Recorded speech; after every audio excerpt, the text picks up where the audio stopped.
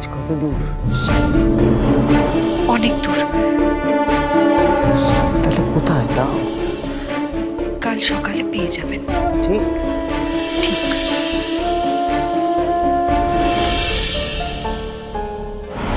উফ, এতক্ষণ হয়ে গেল, চিনি এখনো ফিরল না।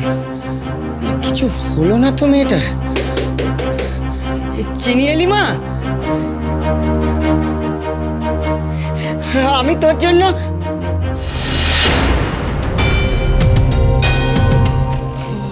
আপনি ভেবেছিলে চিনি, তাই তো?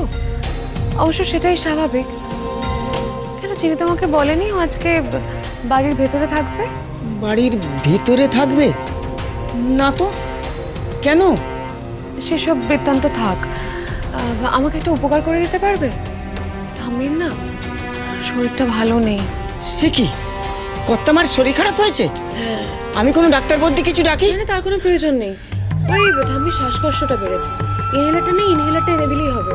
বলছি আশেপাশে কোনো মেডিসিন শপ আছে যেখানে মানে রাত অবধি খোলা থাকে? যেটা সে আছে, তাও আমি কোনো ডাক্তার ডাকি? আসলে ছোট মালিক তো। বলছি তো ভূতনাথ, তার কোনো প্রয়োজন নেই। এই ইনহেলারটা এনে দিলেই হবে। ধরো, এটা ধরো ধরো। আর আমি এখানেই অপেক্ষা করছি, তুমি তাড়াতাড়ি এনে দাও। আপনি এখানে এই গরমে? ভূতনাথ, আমার কোনো অসুবিধা হবে না, তুমি তাড়াতাড়ি যাও। একটা ইনহেলার আনতে কতক্ষণ লাগবে? তাড়াতাড়ি যাও, ঠাম্মির শরীরটা আবার। আচ্ছা।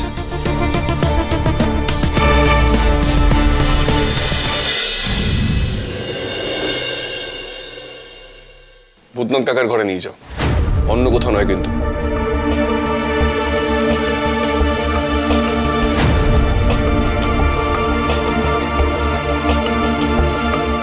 আমি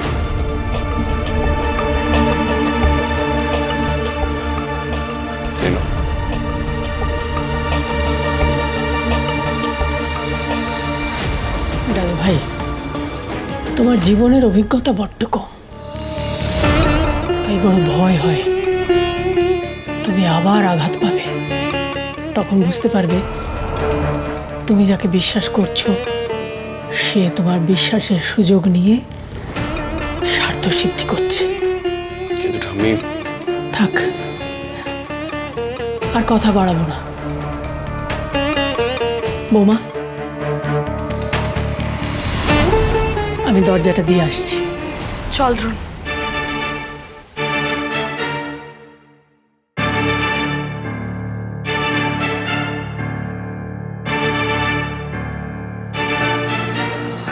ঠিক জায়গায় রেখেছো তো? এমন ঠিক জায়গায় যাতে দ্রোণের চোখে পড়ে ওর চোখ খুলে যায়। সে তো রেখেছি ঠাম্মি, কিন্তু যে জেগে ঘুমোয় তার চোখ কি করে খোলে সেটা আমি জানি না।